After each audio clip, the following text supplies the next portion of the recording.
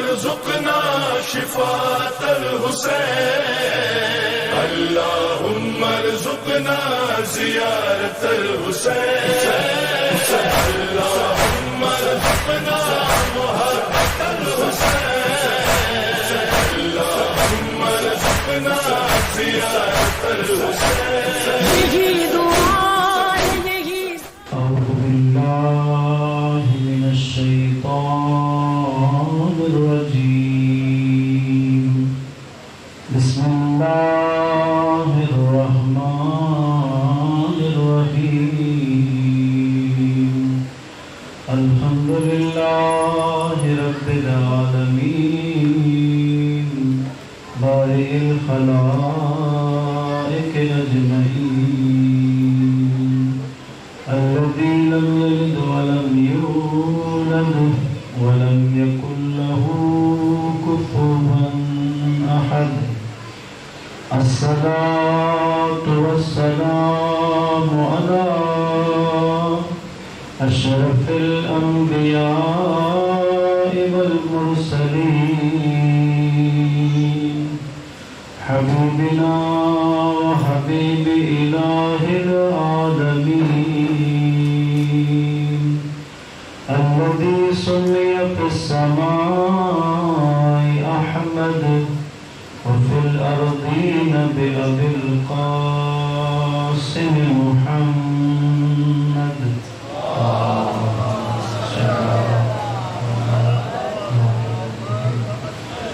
وعلى آله الطيبين الطاهرين المعصومين ولعنة الدائم على أعدائهم أجمعين من يوم عداوتهم إلى قيام يوم الدين. السلام عليك يا أبا عبد الله وعلى الأرواح التي حلت بفنائك. عليك مني سلام الله أبدا ما بقيت وبقي الليل والنهار ولا جعله الله آخر العهد مني زيارتكم. السلام على الحسين وعلى علي بن الحسين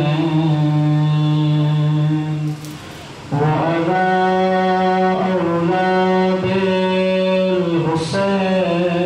الحسين وعلى أصحاب الحسين الذين بذلوا مهجهم دون الحسين عليه السلام صلوات.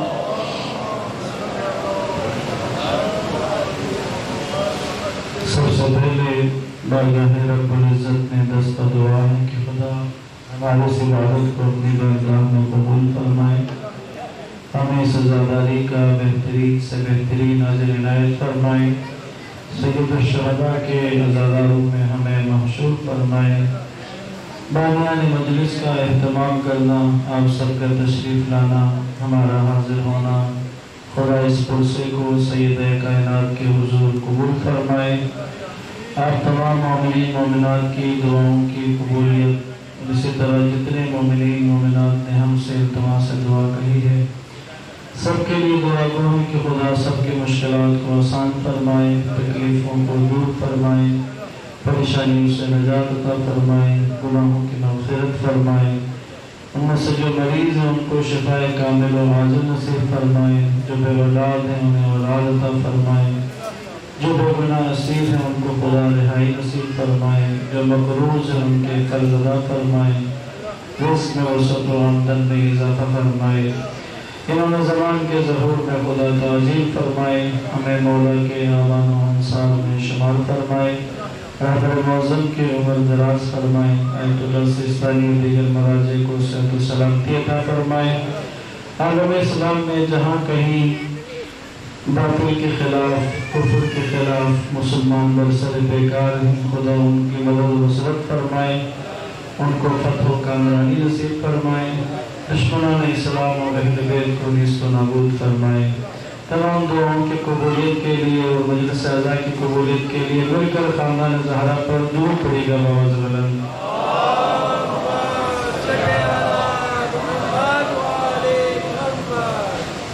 عزیزان محترم، امام حسین علیہ السلام کی حیات مبارکہ کے چند پہلوؤں کے اوپر آپ سے بات چل رہی ہے۔ کل امام حسن مجتبیٰ علیہ السلام کی صلح کے بارے میں اور خود امام حسن علیہ السلام کے بارے میں چند ایک اشتباہات جن کا ازالہ کرنے کی کل کی مجلس میں کوشش کی۔ آج کی مجلس میں امام حسین علیہ السلام کے بارے میں ایک دو باتیں عرض کرتا ہوں۔ امام حسین علیہ السلام نے جب آغاز کیا مدینہ سے اپنی تحریک کربلا کا آغاز 28 رجب کو امام نے ہجرت کی اور ایک بڑا عرصہ امام نے مکہ میں گزارا ہے۔ شعبان، رمضان، شوال، ذیقعدہ اور ذی الحج کے 8 دن، تقریباً 5 ماہ امام نے مکہ میں گزارے۔ آج امام کا جو مکہ کا دورانیہ تھا اس پر چند ایک گزارشات، اور اگر پھر موقع ملتا ہے تو اگلے موضوع میں داخل ہوں گے آج کے مجلس میں۔ پھر ضرور پڑھیں محمد و آل محمد۔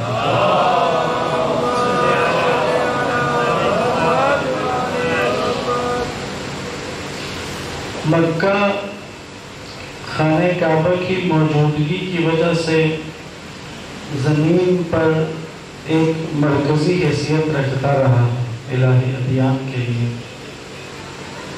حضرت ابراہیم علیہ السلام کو بھی جس وقت حکم دیا گیا کہ اپنی زوجہ کو اور اپنے بچے کو وادی غیر ذی زرع کا لفظ استعمال کیا، یعنی وہ وادی کہ جہاں کھیتی باڑی نہیں کی جاتی، وہ وادی کی جو فصل کی کاشت کے لیے موضوع نہیں ہے، اس وادی میں لے جا کر حضرت ابراہیم علیہ السلام نے جناب حاجر و جناب اسماعیل کو یہاں پہنچایا حکم خدا کے مطابق۔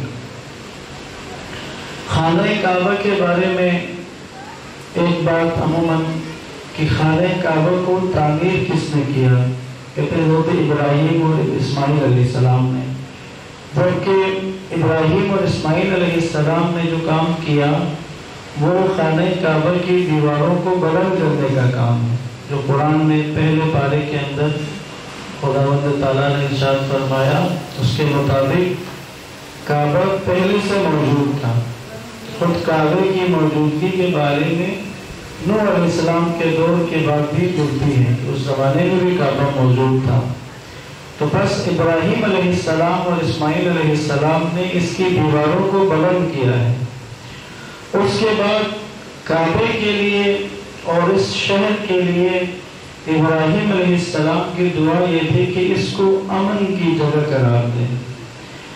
اب جب سے عرب یہاں آباد تھے کعبے کو مرکزیت حاصل تھی، حتیٰ کہ طلوع اسلام سے پہلے بھی کعبہ جائے امن تھی۔ جو کعبے میں آ جائے، جو کعبے کی پناہ میں آ جائے اسے امن حاصل ہے۔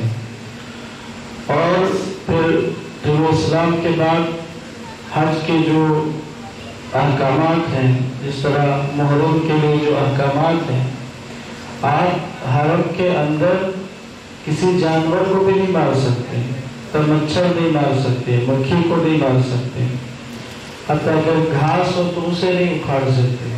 احترام حرم بہت زیادہ ہے۔ بس امام حسین علیہ السلام نے جس وقت مدینے سے کوچ کیا، آپ نے مکہ کا انتخاب کیا۔ مکہ کے انتخاب کی دو بڑی وجوہات تھیں۔ پہلی وجہ تو یہی تھی کہ کعبہ ایک مرکز ہے اور جائے امن ہے، کعبہ امن کی جگہ ہے۔ امام حسین علیہ السلام کو اپنے پیغام کو منتقل کرنے کے لیے امن چاہیے، اس لیے اس جائے امن کا انتخاب کیا۔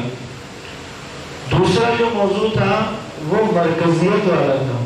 اس زمانے میں جس طرح آج ہم اپنے حساب سے اگر دیکھیں، ہمیں کسی پیغام کو اگر ایک بڑے اجتماع تک بہت سے لوگوں تک پہنچانا ہو تو ہم سوشل میڈیا کا سہارا لے رہے ہیں، یا اس سے پہلے پرنٹ میڈیا کا دور تھا، الیکٹرانک سے پہلے، تو اس زمانے میں اخبار پر خبر یا اشتہار کے ذریعے۔ تو اس زمانے میں اپنی بات کو لوگوں تک پہنچانے کے لیے چند ذرائع میں سے ایک ذریعہ مرکز میں جا کے بیٹھنا، کیونکہ کعبہ ایسی جگہ تھی جہاں مسلمانوں کا رجوع ہے، حج کے لیے بھی آتے ہیں، عمرے کے لیے بھی آ رہے ہیں۔ تو بس امام حسین علیہ السلام مکہ تشریف لے آئے۔ دوسری بات اس میں اس کو اس طرح سے دیکھنے کی ضرورت ہے کہ مدینہ اور حسین ابن علی ایک ہی نام تھے لوگوں کے لیے، یعنی مدینہ اور حسین ابن علی۔ کسی کے تصور میں نہیں ہوتا تھا کہ حسین ابن علی مدینہ چھوڑ دیں گے، یعنی مدینہ کا ترک کرنا یہ لوگوں کے ذہن میں آسانی سے بات یہ ہضم ہونے والی نہیں ہوتی تھی۔ کیسا ہو سکتا ہے کہ حسین ابن علی مدینہ ترک کرے؟ بس خود ہجرت بھی جو ہے امام حسین علیہ السلام کی، وہ خود ایک بہت بڑا میسج تھا۔ ہر سننے والا اس پر حیران ہو جاتا، کیا مطلب حسین ابن علی نے مدینہ چھوڑ دیا؟ ایسا کون سا مسئلہ ہو گیا؟ ایسی کون سی بات ہو گئی؟ بس توجہ جلب کرنے کے لیے خود یہ عمل بھی بہت بڑی حیثیت اور بڑی اہمیت رکھتا ہے۔ جس وقت یزید ابن معاویہ نے خط لکھا مدینہ کے گورنر کو، چند افراد سے بیعت لینے کا حکم دیا، اس میں امام حسین علیہ السلام کے علاوہ عبداللہ ابن زبیر کا نام بھی تھا۔ عبداللہ ابن زبیر کو بھی مدینہ کے گورنر نے بلایا تھا، لیکن عبداللہ ابن زبیر راتوں رات مدینہ سے نکل گئے اور یہ مکہ آ گئے۔ مکے میں آنے کے بعد چونکہ عبداللہ ابن زبیر بھی اپنے والد کی وجہ سے ایک مشہور شخصیت تھا، اور لوگ مکہ میں جتنی دن یہ جب یہ یہاں آیا ہے تو کعبے کے پاس عبداللہ ابن زبیر بنی امیہ کے خلاف تقریر کرتا تھا، لوگ اس کی بات سنتے تھے، اور پھر ظاہر کی مشہور ہونے کی وجہ سے اس کے اوپر توجہ بھی دی اور لوگ اس کے پاس آتے تھے، ان سے ملتے تھے، باقاعدہ ان کے پاس آنا، ان کے حلقے میں بیٹھنا، ان کی بات سننا۔ یوں مکہ کے اندر عبداللہ بن زبیر کے لیے حالات سازگار ہو رہے تھے، اور عبداللہ بن زبیر کا ارادہ یہی تھا کہ وہ یہاں پر اپنی خلافت کے لیے یا اپنی ایک مرکزیت کے لیے اس کا کوئی امکان بنائے، حالات کو اس طرف لے کے آئے۔ جس وقت امام حسین علیہ السلام مکہ تشریف لے آئے تو عبداللہ بن زبیر کی اپنی جگہ، لیکن جب امام حسین علیہ السلام مکہ آ گئے تو پھر سب کا رجوع امام حسین علیہ السلام کی طرف ہو گیا۔ خود عبداللہ بن زبیر بھی روزانہ یا ہر دوسرے دن امام حسین علیہ السلام کی مجلس میں حاضر ہوتا تھا۔ اب یہاں آنے کے بعد مختلف علاقوں سے جو عمرے پہ زائرین آ رہے تھے یا آس پاس قریب کے علاقوں میں جہاں جہاں امام حسین علیہ السلام کے مکہ آنے کا پتہ چلا تو سب لوگ امام حسین علیہ السلام سے ملنے کے لیے وفود کی شکل میں مکہ آنے لگے۔ اور روایت میں آتا ہے کہ جس وقت آپ مکہ داخل ہو رہے تھے تو اہل مکہ نے بڑا شاندار استقبال کیا امام حسین علیہ السلام کا، استقبال کیا اور اس بات کو اپنی خوش نصیبی قرار دیا کہ فرزند رسول مکہ میں ان کے جوان میں تشریف فرما ہوں گے۔ مکہ میں امام حسین علیہ السلام نے جس لیے ظاہر آئے تھے مکہ میں، ایک سوال پڑھے گا محمد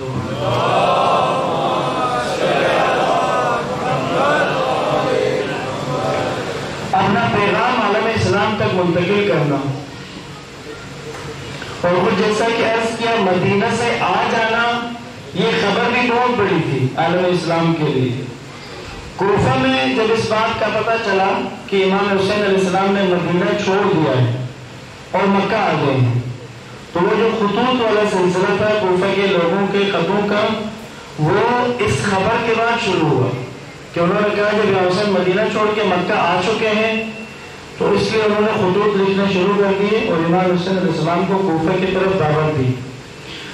یہاں پہ تذکرہ میں کرنا چاہوں گا امام علیہ السلام کے اس خط کا جو امام نے خود لکھا. کوفہ سے تو امام حسین علیہ السلام کو خطوط آئے ہیں. ایک علاقہ وہ ہے جہاں خود امام حسین نے لیٹر لکھا ہے اور اپنی مدد و نصرت کے لیے اور اپنے ساتھ شامل ہونے کے لیے دعوت دی ہے. ایک صلوات پڑھیے محمد و آل محمد.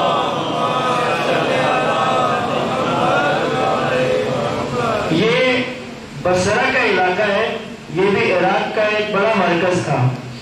اس زمانے میں عراق جب کہا جائے تو اس سے دو ہی علاقے لوگوں کے ذہن میں آتے ہیں. مراکز دو تھے، کوفہ اور بصرہ. امام حسین علیہ السلام نے کوفہ کے سرکردہ افراد نے امام حسین کو خط لکھے ہیں. امام حسین علیہ السلام نے بصرہ کے 5 بڑے سردار تھے جن کے نام امام حسین علیہ السلام نے ایک اجتماعی خط لکھا. ان سرداروں کے ناموں کو امام نے خط میں تحریر نہیں کیا، اپنے قاصد کو امام نے سفیر کو بصرہ روانہ کیا. اور امام حسین علیہ السلام کے یہ سفیر، یہاں ضمن عرض کرنا چاہوں گا، یہ امام حسین علیہ السلام کے غلام ہیں سلیمان ابن ابی رزین کے نام سے. لیکن غلاموں کی تربیت اس حد تک امام حسین علیہ السلام ائمہ اطہار اپنے غلاموں کی اس حد تک تربیت کرتے تھے کہ کوفہ سفیر بنا کر اپنے بھائی اور جزاک مسلم ابن عقیل کو بھیجا ہے، اور بصرہ سفیر بنا کر اپنے غلام سلیمان ابن ابی رزین کو بھیجا ہے. یہ کوفہ یہ بصرہ چلے گئے. آپ نے یہ بات سنی ہے کہ بصرہ میں ابن زیاد حاکم تھا. جس وقت یہ سلیمان بصرہ گیا ہے وہاں پر گورنر ابن زیاد تھا، جس کو بعد میں یزید نے خط لکھ کر کوفہ کی گورنری دی اور اس نے حکم دیا کہ واپس جہاں جا کر کوفہ کو سنبھالے، کوفہ کے حالات خراب ہو گئے. سلیمان بصرہ پہنچے اور یہ جو 5 سردار تھے ان میں سے نسبتاً جن کی سمجھو قبائلی اہمیت زیادہ ہے یا جس کے پاس زیادہ قبائل تھے، یا یوں کہوں کہ ایک قبائلی اتحاد تھا. بڑے 4-5 بڑے قبائل تھے جنہوں نے آپس میں مل کے اپنا ایک مشترکہ سردار چن لیا تھا، جن کا نام یزید ابن مسعود ہے، ابو خالد جن کو کہتے تھے. پس جب امام کا خط گیا ہے اور یزید ابن مسعود نے امام کے خط کا مثبت جواب دیا، اس نے اپنے ان 4-5 قبائل کو جمع کیا. جمع کرنے کے بعد ان سے طریقہ یہی اپنایا. پہلے ان سے پوچھا کہ تمہارے نزدیک میری کیا اہمیت ہے. تو ان میں سے ہر ایک قبیلے کے نمائندوں نے ان کی تعریف کی اور ان کے لیے اپنی توانائیاں، اپنی قوتیں پیش کرنے کی آفر کر دی. پھر انہوں نے کہا کہ حسین ابن علی نے ہمیں خط لکھا ہے اور اپنی مدد و نصرت کی دعوت دی ہے. کس کام کے لیے دعوت دی ہے؟ تاکہ سنت پیغمبر کا احیاء کرے. امام کے خط میں جو متن میرے جملہ ہے، سنت پیغمبر کے احیاء کے لیے اور کتاب خدا کی ترویج کے لیے، یعنی کتاب خدا کے احکامات کو نافذ کر دیں اور سنت پیغمبر کے احیاء کے لیے میرے ساتھ شامل ہو جائیں. دعوت امام یہ تھی. پس اس کے قبائل نے اس کو مثبت جواب دیا. اس نے امام حسین علیہ السلام کو خط تحریر کیا. امام علی مکہ میں ہی تھے، یہ مکہ کے کاموں میں سے، تو اس کا خط امام کو مکہ میں ہی ملا اور اس خط میں اس نے کہا کہ میرے ساتھ اتنے قبائل ہیں کہ جو تیار ہیں اور وہ آپ کی مدد و نصرت کے لیے آمادہ ہیں اور آمادہ ہے کہ آپ کے لیے انشاءاللہ شمشیر بکف ہو کر آقا صاحب حضور پر محمد و آل محمد.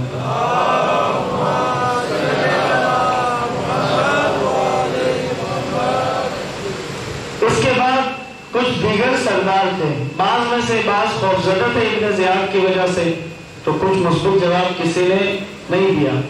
لیکن اسی بصرہ میں ایک خاتون تھی، شیعہ خاتون، جن کے والد بہت بڑے تاجر تھے اور ان کے والد کے رحلت کے بعد اس خاتون نے خود اس تجارت کو سنبھالا، ماریہ بنت عبد القیس کے نام سے. یہ شیعہ تھی اور اس کا گھر شیعوں کے اجتماعات کا مرکز تھا. آج کی زبان میں کہوں تو ان کے گھر میں حدیث کیسہ کی محفل، ان کے گھر میں قرآن سینٹر، یا ان کے گھر میں دعائے قبیل کی محفل، ان کے گھر میں محفل ہوتی تھی حدیث کی، جہاں پر جمع ہوتے تھے لوگ، شیعہ جمع ہوتے تھے. باقی یہ ہوتا تھا کہ چونکہ ابن زیاد کی حکومت تھی تو بعض اوقات جب پابندیاں ہو جائیں جمع ہونے پر تو یہ لوگ ایک عنوان رکھتے تھے کہ مشاعرہ رکھا ہے، محفل مشاعرہ ہے، اور وہ محفل مشاعرہ کے عنوان سے جمع ہوتے تھے اور ذکر اہل بیت بھی کرتے تھے اور مختلف پیغامات کی ترسیل بھی کرتے تھے. تو کچھ سرداروں تک امام حسین علیہ السلام کے سفیر کا پہنچنا مشکل ہو گیا. تو یہ جناب ماریہ نے اپنے گھر میں پناہ دی ان کو، امام کے سفیر کو، اور کہا کہ ہم محفل مشاعرہ کے عنوان سے جمع کرتے ہیں لوگوں کو. اب محفل مشاعرہ کہہ کر پھر سب لوگوں کو بالخصوص ان سرداروں کو جن کو امام حسین علیہ السلام نے مخاطب کیا تھا ان کو دعوت دی گئی. یہاں یہ لوگ جمع ہو گئے ماریہ کے گھر میں، اور وہاں پھر امام حسین علیہ السلام کو بہت خوبصورت منظر ہے کہ جب شاعر اپنے کلام پیش کر رہے تھے تو جناب ماریہ نے کہا اب میں آپ کی خدمت میں ایک ایسے شخص کو پیش کروں گی جو ایسا کلام لے کر آیا ہے کہ اگر آپ اس کلام کو سن لیں اور اس پر عمل پیرا ہو جائیں تو آپ کی دنیا و آخرت دونوں سنور جائے گی. اب سب کے ذہن میں تو وہ شاعر ہے، جناب سلیمان کو کہا کہ آپ اپنے اس پیغام کو پڑھیں، تو امام حسین علیہ السلام کا پیغام وہاں پر بیان کیا. اس میں کچھ چیزیں یاد رکھیے گا. بر وقت اقدام کرنا ضروری ہے. جو بر وقت اقدام کرتا ہے اس کو بر وقت اقدام کا فائدہ ملتا ہے، بر وقت اقدام کرنے والے کو اس کا پھر نتیجہ بھی ملتا ہے. کچھ لوگ نیکی کرنے میں دیر کر دیتے ہیں، کرتے ہیں دیر کر دیتے ہیں، جیسے ہم نماز پڑھتے ہیں لیکن دیر کر دیتے ہیں بعض اوقات، کیونکہ جو وقت پر نماز پڑھی جائے اس میں اور جو دیر سے پڑھی جائے اس میں فرق ہوتا ہے. بس اس بصرہ میں دو کردار ایسے ہیں جو میرے اور آپ کے لیے عبرت کے لیے ہیں. ایک کا میں نے آپ کو ذکر کیا، یزید بن مسعود جن کو ابو خالد کہتے ہیں، جنہوں نے امام کو لیٹر لکھا، خط لکھا. امام کو جب خط ملا اور اس میں پتہ چلا کہ وہ اور اس کے قبائل آمادے، امام نے دعا بھی کی کہ خدا ان کو جزا دے. اب جب ماریہ کے گھر میں اجلاس ہوا اور امام کے سفیر نے اپنا پیغام، امام کا پیغام وہاں منتقل کیا، تو وہاں پر یزید بن سبیت کے نام سے ایک سردار تھا، بن سبیت. اس کے 10 بیٹے تھے اور یہ 10 کے 10 بیٹوں کے ساتھ اسی محفل میں موجود تھا. جو ہی اس نے امام حسین علیہ السلام کا پیغام سنا، اس نے یہ کھڑا ہو گیا. اس نے کہا میں حسین ابن علی کی نصرت کے لیے جانے کے لیے تیار ہوں، میں جاتا ہوں. اور چونکہ میرے 10 بیٹے ہیں تو میں اپنے 10 بیٹوں کو یہ دعوت دیتا ہوں کہ میرے ساتھ کون چلنے کے لیے آمادہ ہے. 10 میں سے اس کے 2 بیٹے تیار ہو گئے، ایک کا نام عبداللہ اور ایک کا نام عبید اللہ. کہا ہم دونوں آپ کے ساتھ چلتے ہیں. تو یہ یزید بن سبیت بصرہ سے نکلا. جس وقت یہ نکلنے کے لیے تیاری کر رہا تھا تو اس کے بعد ساتھیوں نے اس سے کہا کہ ابن زیاد گورنر ہے، ہو سکتا ہے رستے میں تمہارے پیچھے سپاہی بھیج دیں، تو اگر آپ رک جائیں، کچھ حالات نارمل ہو جائیں پھر چلے جائیں.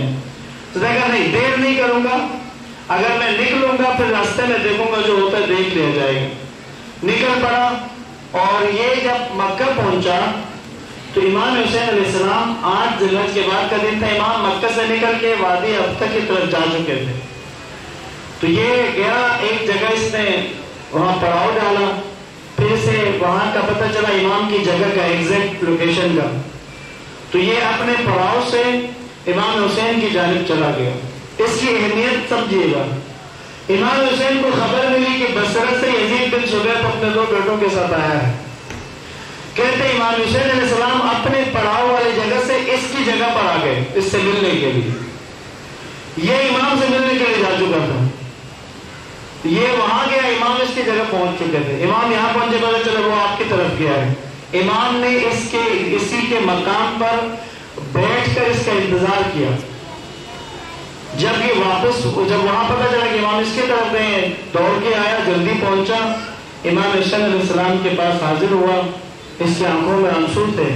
اس نے کہا اپنے رسول اللہ اتنی بڑی مہدی مجھے اہمیت دے دی ہے کہ میرے مجھ سے ملنے کے لیے آپ خود تشریف لے آئے، میں غلام خود حاضر ہو رہا تھا آپ کے پاس.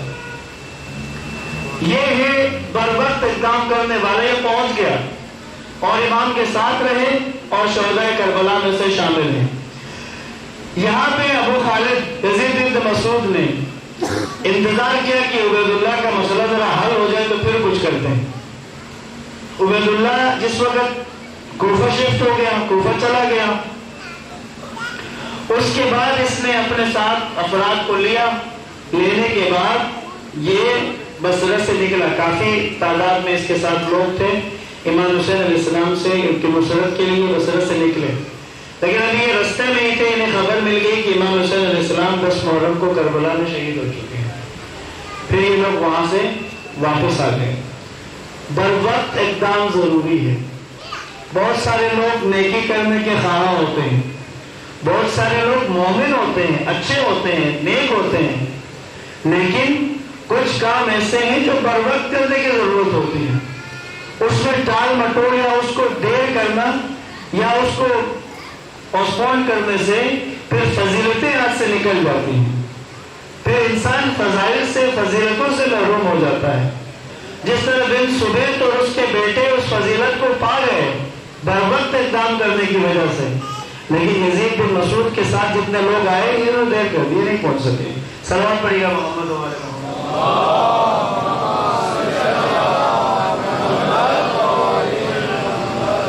عزیزان محترم، بس ایک اگلے موضوع کو آج آغاز کروں گا تاکہ ہم کل کی مجلس میں مزید اس کو تکمیل کو پہنچیں گے. ایک طرح بلند آواز میں صلوات پڑھے گا محمد.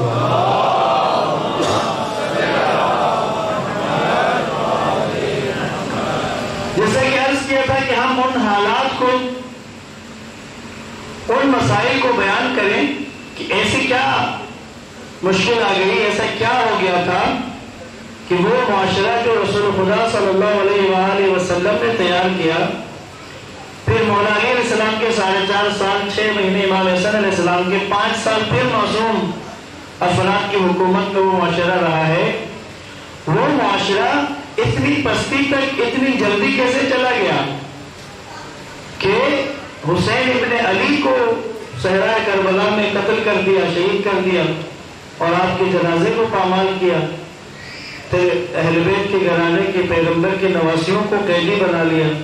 اس کے اندر پستی کی طرف کیسے گئے؟ تمہیداً ایک نقطہ آپ کی خدمت میں عرض کروں گا، پھر صلوات پڑھے محمد و آل محمد.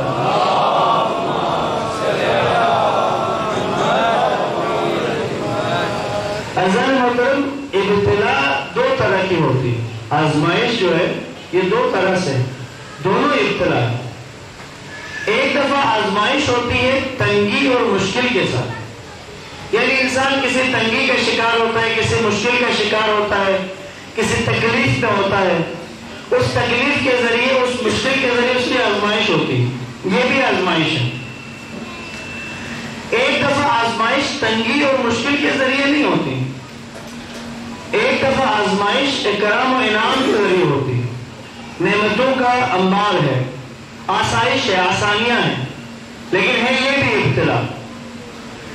اگر سوال کیا جائے کہ دونوں آزمائشوں میں سے سخت آزمائش کون سی ہے، عموماً ہمارے ذہن میں آ جائے گا یقیناً جو تنگی اور تکلیف اور مصیبت، جہاں پہ انسان کے اوپر پریشانیاں ہیں، جہاں انسان تکلیف کا سامنا کرے، وہ زیادہ سخت آزمائش ہے. جبکہ سخت آزمائش جس میں ناکامی کا امکان زیادہ ہے، جس آزمائش میں، جس امتحان میں ناکام ہونے کا چانس زیادہ ہے، گرنے کا چانس زیادہ ہے، جس میں انسان کا نقصان اٹھانے کا چانس زیادہ ہے، وہ آزمائش نعمت اور آسائش والی آزمائش ہے. سورہ فجر میں یہ 2 آیات کے بعد دیگر ہیں.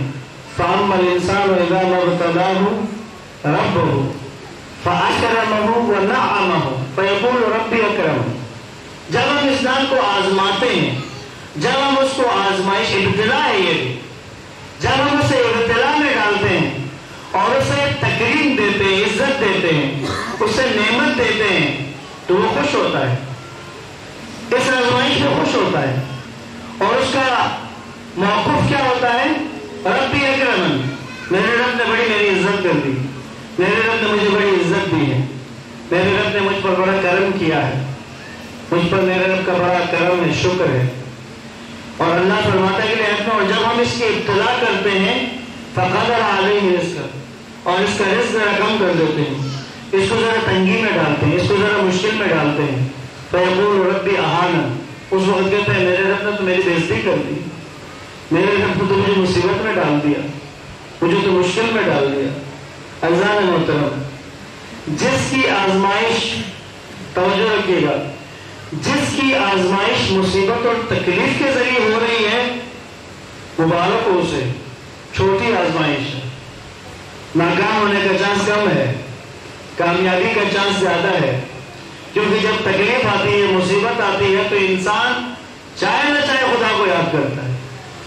تکلیف اور مصیبت میں خدا کو فراموش کرنا شاذ و نادر ہوتا ہے، کیونکہ جب مشکل پڑتی ہے، جب تکلیف پڑتی ہے تو انسان پتہ کہ خدا کو پکارتا ہے، خدا کہاں جاؤں، کیا کروں، مشکل میں آ گیا ہوں، پریشان ہو گیا ہوں، مصیبتیں آ گئی ہیں، مشکلیں آ گئی ہیں، پے در پہ آ رہی ہیں، مسائل حل نہیں ہو رہے۔ عزیز من، یہ آسان ہے کیونکہ اس میں اللہ یاد آتا ہے۔ وہ اگلی آزمائش جو ہے وہ مشکل ہے، جب نعمتوں کے انبار ہو، جب نعمت پر نعمت مل رہی ہو، آسائش پر آسائش مل رہی ہو، گناہ کرنے کے باوجود بھی نعمت مل رہی ہو، یہ مسئلہ، یہ آزمائش سخت ہے۔ عالم اسلام، یہ جو میں آپ کو بتا رہا ہوں نا کہ کیا ماجرا ہوگا، مسلمان اس دور کی امت مسلمہ، اس دور کا مسلمان، اس دور کے اصحاب خود، تابعین، اس دور کی بڑی شخصیات، جس وقت آزمائش اور مصیبت تھی تکلیفوں والی، جب بھوکے رہنا تھا، جب پیٹ پر پتھر باندھنے تھے، جب لڑنے کے لیے تلوار نہیں تھی، ڈنڈوں سے لڑنا تھا کفار کے ساتھ، جس وقت مسلمانوں کی تعداد کفار کے مقابلے میں آدھی سے بھی کم ہوتی تھی، اس وقت کے مسلمانوں کو دیکھیں تو وہ تو ترقی کر رہے ہیں، ان میں تو معنوی بلندیاں آ رہی ہیں، وہ تو آگے بڑھ رہے ہیں، وہ تو غالب آ رہے ہیں، انہوں نے پورا عرب سے فتح کر لیا، پھر اسی فارمولے کے مطابق فارس فتح کر لیا، پورا روم کے حصے کو فتح کر لیا، افریقہ کے ایک حصے تک پہنچ گئے۔ لیکن جب اگلا مرحلہ آیا، جس وقت جب سلطنت اسلامیہ کی وسعت آ گئی، پھر مال و دولت آنے لگے، مال و دولت کی ریل پیل ہو گئی، کنیزوں اور غلاموں اور خدمتگاروں کی لائنیں لگ گئی، دولت کے انبار لگ گئے، پھر کیا ہوا؟ اب آزمائش شروع ہو گئی دولت کے ساتھ، اب آزمائش شروع ہو گئی آسانیوں کے ساتھ، آسائش کے ساتھ۔ تو اس آزمائش میں پورے کا پورا معاشرہ فیل ہو گیا، پوری امت ناکام ہو گئی اس آزمائش میں، دنیا کے غلام بن گئے، دنیا کی محبت ان کے دلوں میں آ گئی، وہ جو اپنے پیٹ پہ پتھر باندھ کر بھی رسول خدا کی معیت میں خالی پیٹ جنگ کرنے کے لیے آمادہ ہوتے تھے، وہ جو آمادہ ہوتے تھے کہ اپنے نفس کی خواہشوں کو قربان کر دیں، وہ آمادہ ہوتے تھے کہ خود کو اللہ کی اطاعت کے لیے وقف کر دیں، وہ جو روحانیت اور معنویت کو اہمیت دیتے تھے۔ لیکن جس وقت آسائش آئی، جس وقت دولت آ گئی، جس وقت آسانیاں آ گئی، تو پھر اس میں ایسے بہ گئے کہ معنویت اور روحانیت سے ہاتھ دھو گئے۔ یہی سفر جس کے انشاءاللہ کل کے اگلے مرحلے میں مزید بیان کروں گا، یہ سفر یہاں تک لے آیا اس معاشرے کو۔ توجہ کیجیے گا، کہاں تک گر گیا تھا معاشرہ، کہاں تک گر گیا تھا۔ شمر کوفہ سے ایک بندے کو اپنے لشکر میں شامل کر لیا، ایک بندے کو شمر نے، اور اس کو ایک وعدہ دیا، جس وعدے پر وہ حسین ابن علی کے ساتھ جنگ کرنے کے لیے شمر کے لشکر میں شامل ہوا۔ جانتے ہیں وعدہ کیا تھا؟ وعدہ یہ تھا کہ تمہارے جانوروں کے 1 سال کا چارہ مفت دوں گا، تم چلو میرے ساتھ حسین ابن علی سے جنگ کرنے کے۔ وہ اپنے 1 سال کے لیے مفت چارے کے لیے چل پڑا، فرزند رسول سے جنگ کرنے کے لیے۔ دنیا اس قدر قیمتی ہو گئی تھی، جانور کا چارہ اتنا قیمتی ہو گیا لوگوں کے۔ یاد رکھیں، واقعی جائے عبرت ہے. تحریک کربلا عبرت کی جگہ ہے. جو عبرت لینا چاہے تو کچھ تقسیم ہے. ایسا نہیں کہ اس دور کے سارے لوگ ہی نیک اور مومن لوگ تھے، لیکن ان کا مسئلہ کیا بنا؟ وہی جو یزید بن مسعود والا بنا. بر وقت فیصلہ نہیں کر سکے، تشخیص نہیں دے سکے اپنی ذمہ داری کا. یہ بھی ایک بڑا مسئلہ ہے، آج کے دور ہمارے دور کا بھی ہے. ہم اپنی ذمہ داری کو معین نہیں کر پاتے. ہمیں خدا نے جو جگہ دی ہے، ہمیں خدا نے جتنا مقام دیا ہے، ہمیں خدا نے جتنی اہمیت دی ہے، اس اہمیت اور اس اعتبار سے ہماری جگہ بنتی ہے، ہماری ذمہ داری بنتی ہے. اس اصل ذمہ داری کو اگر ادا کریں جو خدا نے معین کی ہمارے لیے، جس کو تلاش کرنا ہے، جس کو ڈھونڈنا ہے، اگر اسے ادا کریں تب باقی اعمال کسی کام کے آئیں گے، وہی نہیں. یہ بڑا ایک بہت زبردست مثال ہے اس موضوع کو سمجھنے کے لیے. ایک سلام پڑھے محمد والے محمد کا.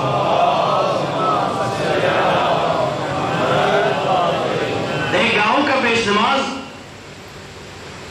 مسجد میں جب داخل ہوا تو دیکھا تو چودھری صاحب جو تھے گاؤں کے، انہوں نے جھاڑو پکڑا تھا اور مسجد کے سین میں صفائی کر رہے تھے. مولوی صاحب نے کہا چودھری صاحب کیا کر رہے ہیں آپ، چھوڑیں آپ. انہوں نے کہا میں نیکی کما رہا ہوں. کیا میں نیکی کما رہا ہوں، مسجد میں جھاڑو دے رہا ہوں، نیکی کما رہا ہوں. تو ان کے مزاج کا پتہ تھا، اس مولانا کو پتہ تھا مزاج کا، اس لیے کہا چودھری صاحب چھوڑ دیں اب. تو نہیں یہ تو نیکی کما رہا ہوں. کہا یہ آپ چھوڑ دیں، خدا نے آپ کو اتنی حیثیت اور اتنی قوت اور اتنا مال دیا ہے کہ آپ مسجد بنوا سکتے ہیں. ایک اس علاقے میں جہاں مسجد نہیں وہاں مسجد بنانے جتنی حیثیت آپ کی ہے. اس علاقے میں اتنے ایسے غربا ہے کہ جن کو آپ کو خدا نے اتنا دیا ہے کہ جن کے جا کر آپ ضروریات پوری کر سکتے ہیں. آپ کے لیے خدا نے وہ نیکیاں رکھی ہیں. یہ تو وہ نیکی ہے جس کے ہاتھ سے کوئی اور نیکی نہ ہے، وہ آ کر یہ کام بھی کر سکتا ہے. اس نیکی کو کرنے والے لوگ موجود ہیں. جو آپ کی اصل نیکی ہے آپ اسے پہلے انجام دے دیں، بعد میں شاید اس جھاڑو دینے کا آپ کو فائدہ ملے. جو اصل ذمہ داری ہے اسے اگر ادا نہ کریں، بعض لوگ یہ سمجھتے ہیں شاید کھانے کھلانے سے خدا خوش ہوتا رہے گا.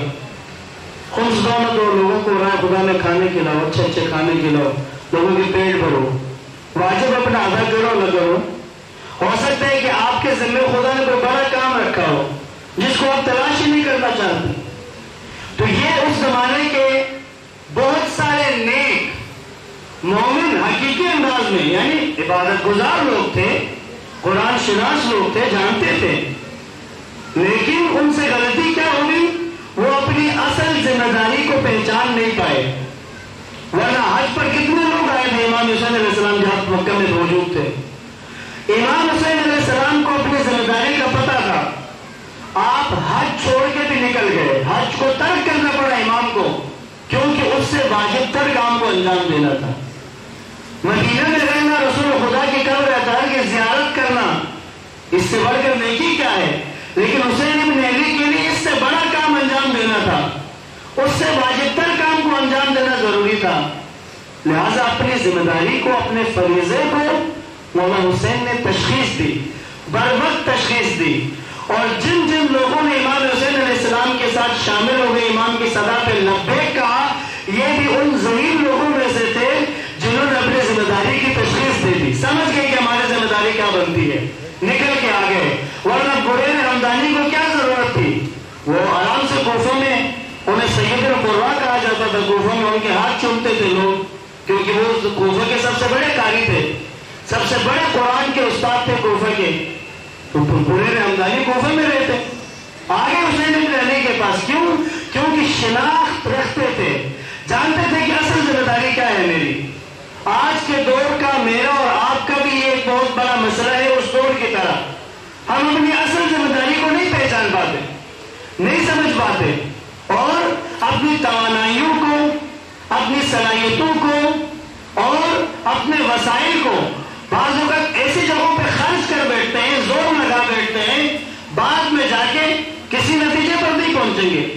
اور اس کا اجر جتنا ہو سکتا ہم نے جو ذہن میں رکھا ہوگا کہ یہ جو میں نے نیکی کی ہے پتہ نہیں یہ کہاں تک مجھے پہنچا دے گی، ہو سکتے ہیں وہاں جا کر کوڑیوں کے دام بھی نہ بکے، بہت معمولی سا اس کا اجر ملے.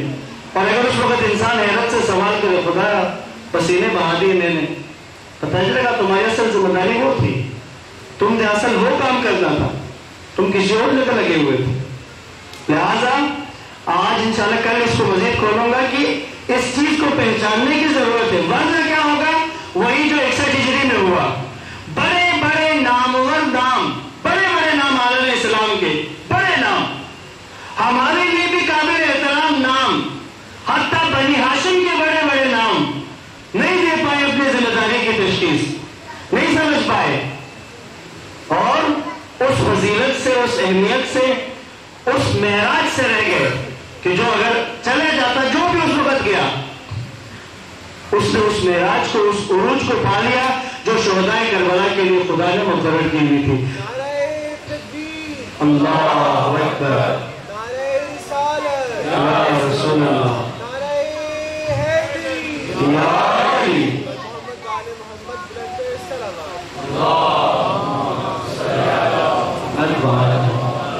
بس ہزار محترم اس کو سمیٹ کر دوبارہ اسی کو تذکر کے طور پہ، تاکہ کل یہاں سے آگے بات کا آغاز کروں گا کہ آزمائش، تکلیف، مصیبت مشکل کی شکل میں ہو تو یہ وہ آزمائش ہے جس میں کامیابی کا چانس زیادہ ہے.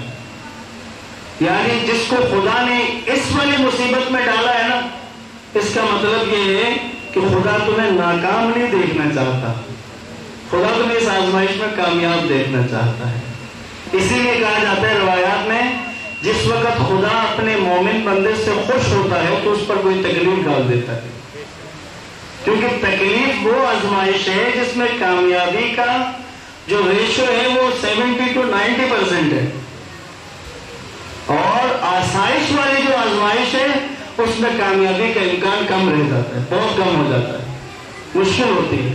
سخت آزمائش ہے آسائش اور نعمتوں والی آزمائش. پھر سلامت پڑھے محمد و آل محمد.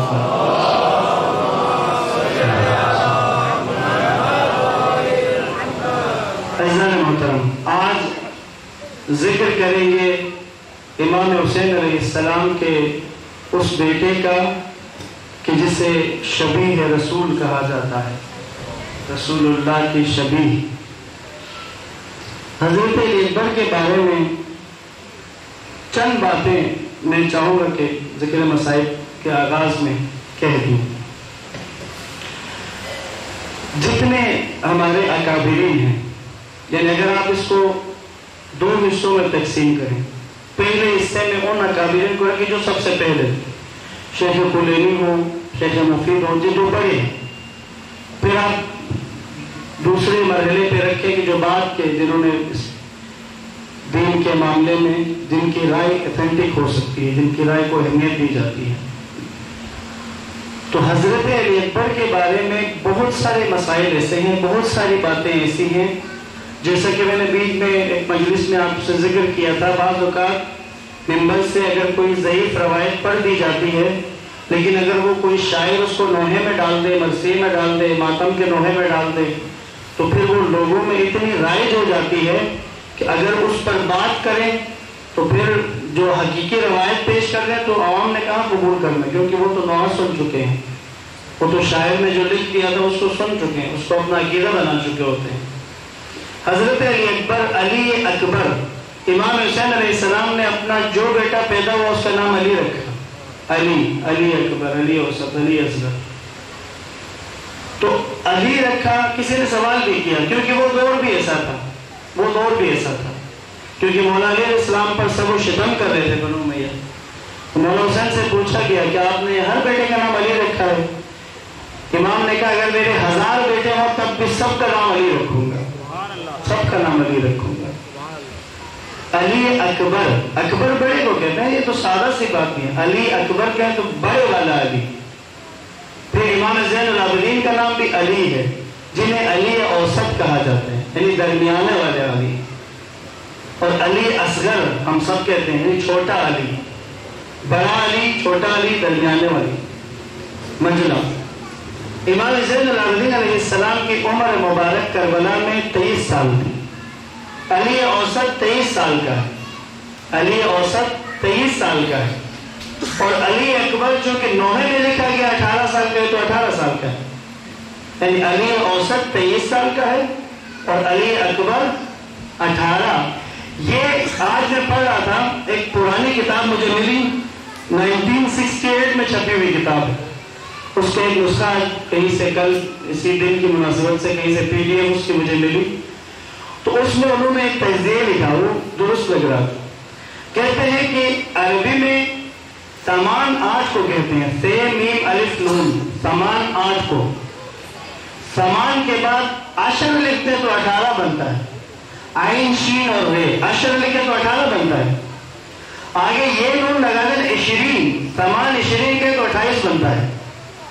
اس صاحب کتاب نے یہ لکھا کیونکہ حضرت علی اکبر کی عمر کے بارے میں اکابر علماء اس بات پر متفق ہیں کہ ان کی عمر 26 سے 28 سال تھی، 28 پر متفق ہیں کافی سارے علماء، اور آج انہوں نے اپنی اس کتاب میں لکھا کہ ممکن ہے کہ یہ سامان 20 لکھا ہوا ہو، بعد میں کسی طرح سے وہ یہ نون کٹ گیا ہو کسی ایک کتاب میں تو وہ سامان 10 پڑھے تو 18 بنتا ہے، وہ کسی نے سامان 10 پڑھا ہو اور اس روایت کو آگے کیا ہو۔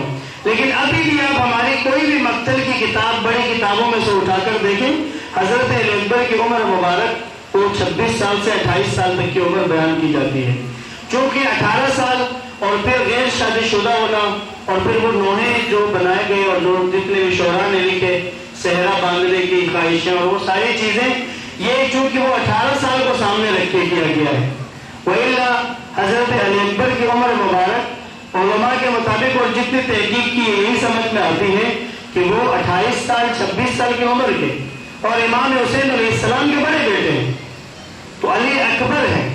لہذا جناب علی اکبر کے بارے میں جب بھی آگے سبزاری سے سوال کیا تھا تو انہوں نے کہا کہ بعض لوگ یہ سمجھتے ہیں کہ شاید 18 سال کا غیر شادی شدہ کوئی میدان میں جا کے قربانی دے تو یہ بڑی قربانی ہوتی ہے۔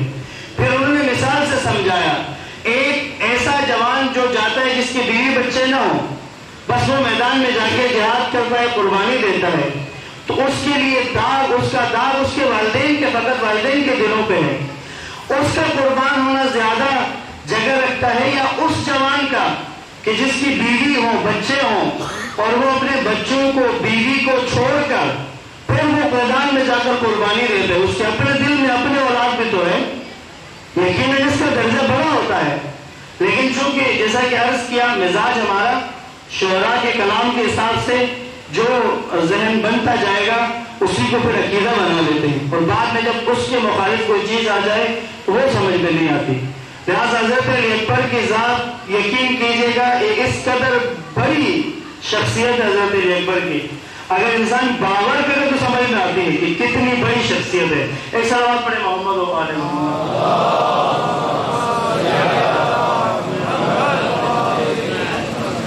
مدینے میں بعض اوقات یہ لکھا ہوا کتابوں میں کہ بعض اوقات بزرگ صحابہ بوڑھے وہ امام حسین کے دروازے پر دستک دیتے تھے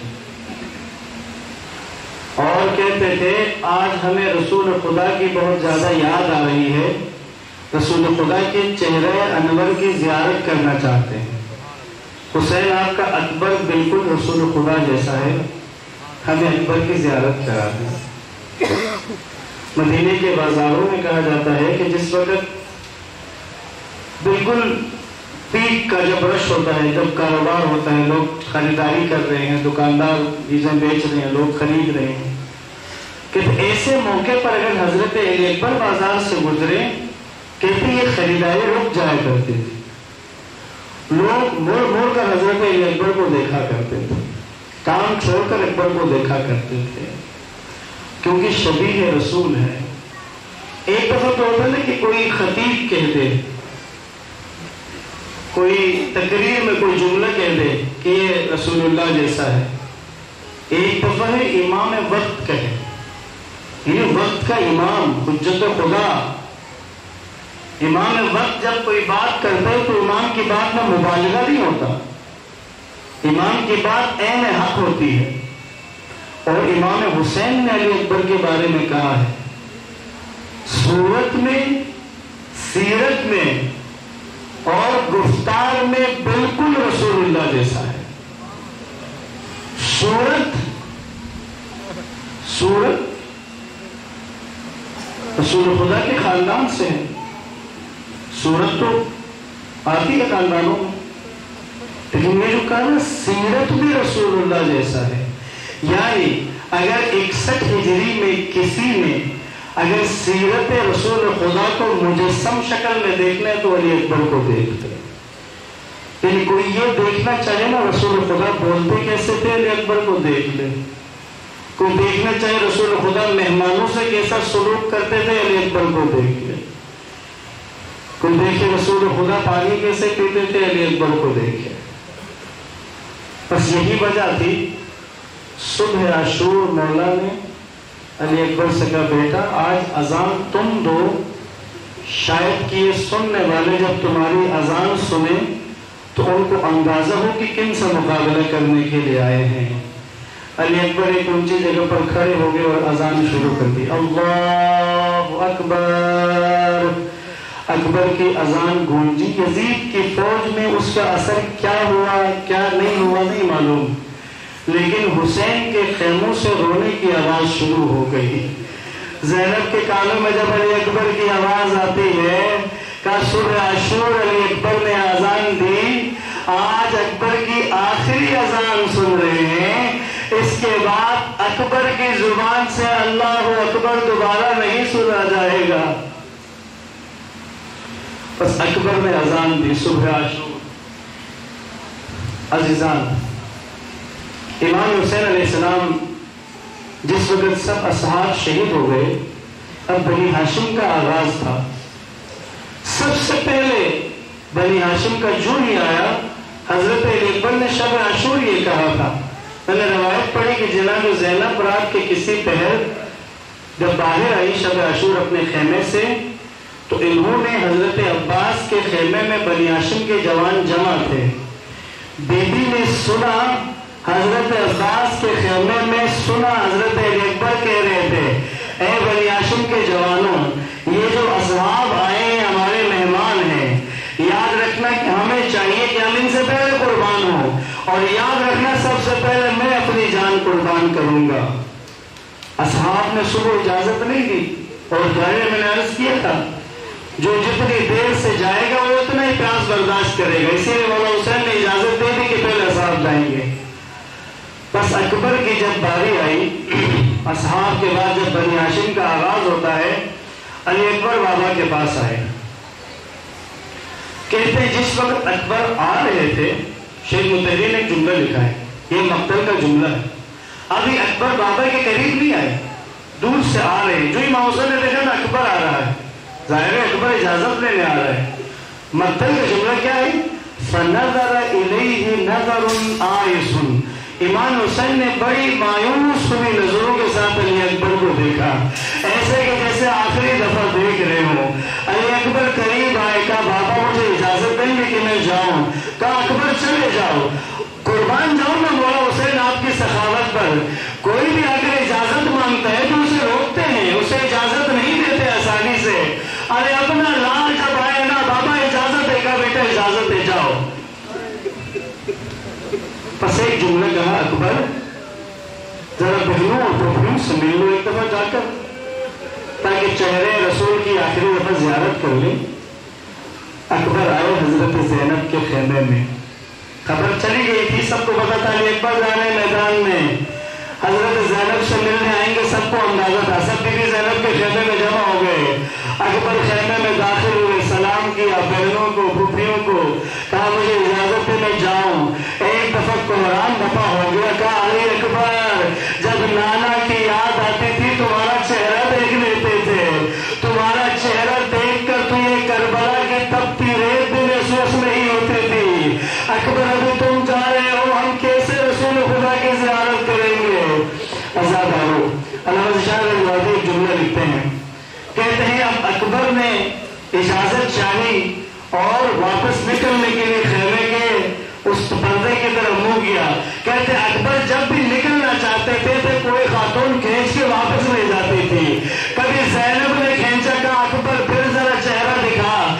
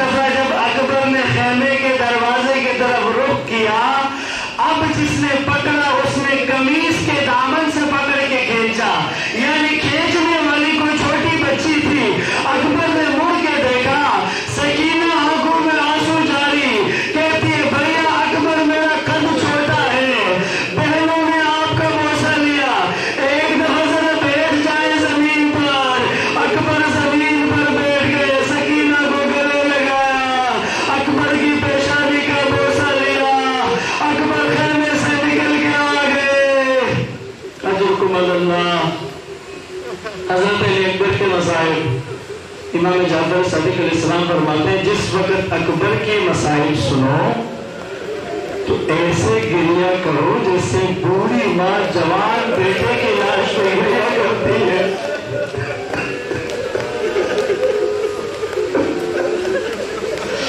عجیب ہے اکبر کا جانا.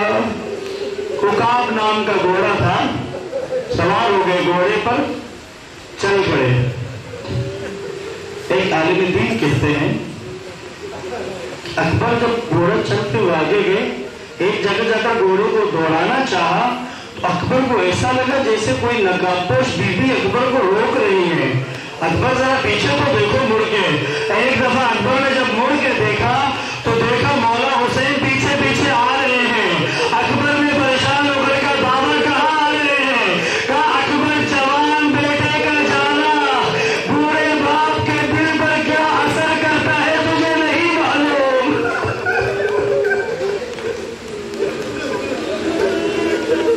اکبر کا گھوڑا آگے بڑھا, مولا حسین نے دونوں ہاتھ اٹھا دیے اور کہا خدایا گواہ رہنا, میں نے اپنے اس لال کو بھیجا ہے جو صورت میں سیرت میں بولنے میں تلے نبی جیسا ہے. ہم جب بھی رسول خدا کی زیارت کا اشتیاق ہوتا تو اکبر کے چہرے کو دیکھا کرتے تھے. اس کے بعد عمر سعد کو امام نے امام سعد کی طرف منہ کر کے آواز دی, کہا اے عمر سعد, جس طرح تو اس بیٹے سے میری نسل قطع کر رہا ہے خدا تیری نسل کو قطع کرے. اجرکم اللہ. مصیبت علی اکبر کی بہت بھاری مصیبت تھی مولا حسین پر.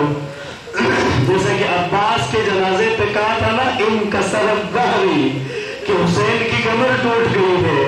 اکبر کی مصیبت وہ تھی کہ ایک دفعہ مولا کی آنکھوں کے سامنے اندھیرا چھا گیا تھا. ریحان اعظمی شاعر وفات پا گئے, وہ ایک جملہ کہتے ہیں, وہ کہتے ہیں کہ میں جب یہ جملہ پڑھتا تھا کہ مولا حسین کی آنکھوں کے آنکھیں اندھیرا چھا گیا, کہتے تھے میرے دل میں درد تو ہوتا تھا, لیکن ریحان اعظمی کہتے ہیں میرا جوان بیٹا جس دن مرا, کہتے اس سے پہلے تمہیں آسانی سے اخبار پڑھ لیتا تھا, لیکن جب جوان بیٹا مر گیا کہتے مجھ سے اخبار نہیں پڑھا جاتا. اس کے بعد کہتے میری بیماری کم ہو گئی ہے. پھر خود بھی روتا ہے کہ اے مولا حسین آپ نے صحیح کہا تھا, جب جوان بیٹا جائے آنکھوں کی بیماری چلی جاتی ہے. اکبر میدان میں گئے, رجز پڑا, کہ یزیدیوں جانو میں علی ہوں حسین کا بیٹا, آؤ میرے مقابلے میں. جس طرف اکبر جنگ کرے لشکر کو بتر بتر کر دیا, بہت سو کو واصل جہنم کر دیا, بہت سو کو واصل جہنم کیا. اس کے بعد واپس پلٹ کر آئے مولا حسین کے پاس, آ کر کہتے بابا یہ زرہ لوہے کی خود لوہے کا, بابا اس کی تپش نے میری پیاس کی شدت بڑھا دی ہے. بابا پیاس سے میرا برا حال ہو چکا ہے, پیاس نے مجھے مار دیا ہے. بابا اگر 2 گھونٹ پانی کے مجھے مل جائیں پھر آپ دیکھیں آپ کا بیٹا کیسی جنگ کرے. ارے حسین کی آنکھوں سے آنسو شروع ہو گئے. ارے وہ حسین جو دروازے پر آنے والوں کو قافلے کا قافلہ دے دے, آج بیٹے نے ایک گھونٹ پانی کا سوال کیا, آنکھوں میں آنسو. مولا حسین کہتے ہیں اکبر, اب آپ میں سے جس کی بھی اولاد میں بیٹے ہیں, حسین کے لیے یہ کہنا بھی کتنا بڑی مصیبت ہے. اکبر ذرا انتظار کر, کچھ ہی دیر میں میرے نانا تجھے سیراب کریں گے. یعنی بیٹا کچھ ہی دیر میں تمہیں جانا ہے. اجرکم اللہ. واپس گئے میدان میں, جنگ کرتے رہے. مرہ بن منقذ لعین, اس نے دیکھا علی اکبر نے کوہرام بپا کر دیا لشکر میں, ایک جگہ چھپ کر بیٹھ گیا برچھی لے کر. اجرکم اللہ. بس پہنچنے والا ہوں آخری جملوں تک. بیٹھ کے چھپ کر برچھی لے کر ایک جگہ جب علی اکبر وہاں سے گزرنے لگے, برچھی کا ایسا وار کیا, بے ساختہ علی اکبر نے دونوں ہاتھوں کو گھوڑے کی گردن سے لپیٹ لیا.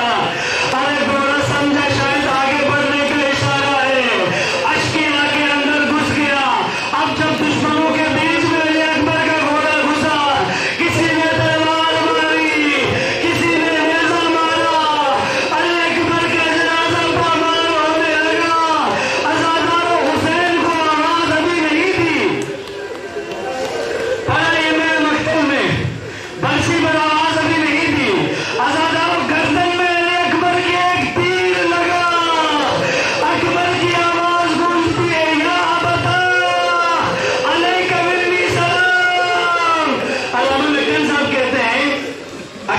سلام بھی انوکھا ہے. جو بھی سلام کرتا تھا السلام علیکہ پہلے کہہ کر یا ابا عبداللہ کہتے. عربی زبان کے کچھ قواعد ہیں. السلام علیکہ یا ابتا کہیں تو اس کا مطلب ہوتے بابا پر سلام. اکبر نے کیسے سلام کیا؟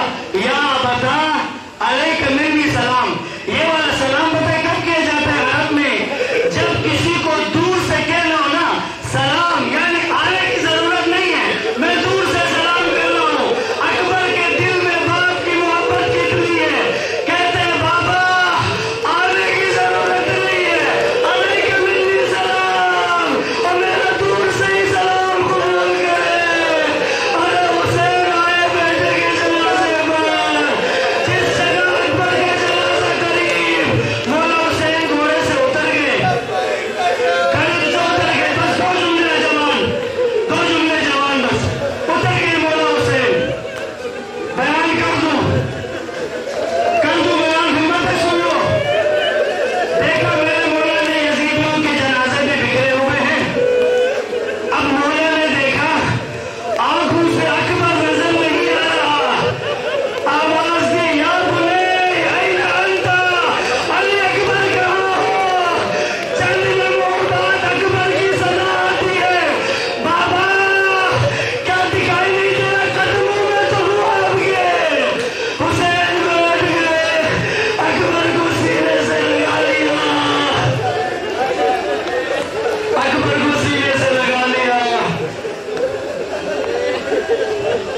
اکبر کو سینے سے